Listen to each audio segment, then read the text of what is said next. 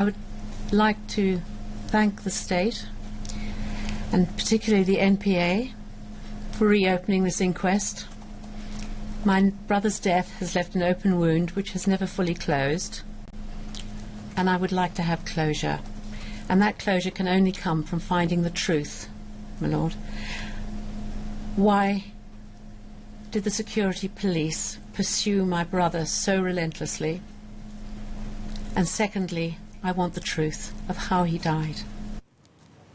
Berger also said her brother Neil Aggett's compassionate nature shaped his political views. He'd qualified and he'd worked in various hospitals.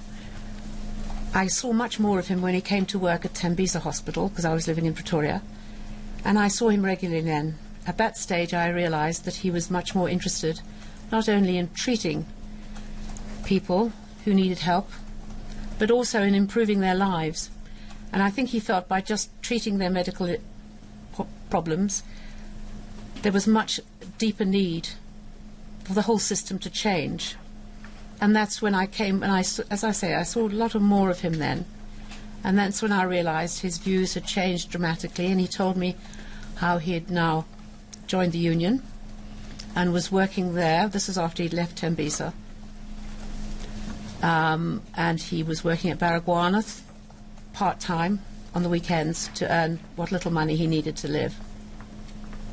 A little story, if I can just tell you, about when he was working at Tembisa and I was living in Pretoria. A friend of mine, Barbara Tanton her name was, came to me one day and she said, my domestic worker has been very, very ill. She's been in Tembisa. She said there's an extraordinary man there, one of the doctors, who's unbelievably kind, generous with his time, so amazing. So I said, well, it's funny, my brother works at Tembisa. She said, what's his name? I said, Neil Aggett. That is the doctor. So right there, when he was working as a professional doctor, his empathy and compassion was very, very evident.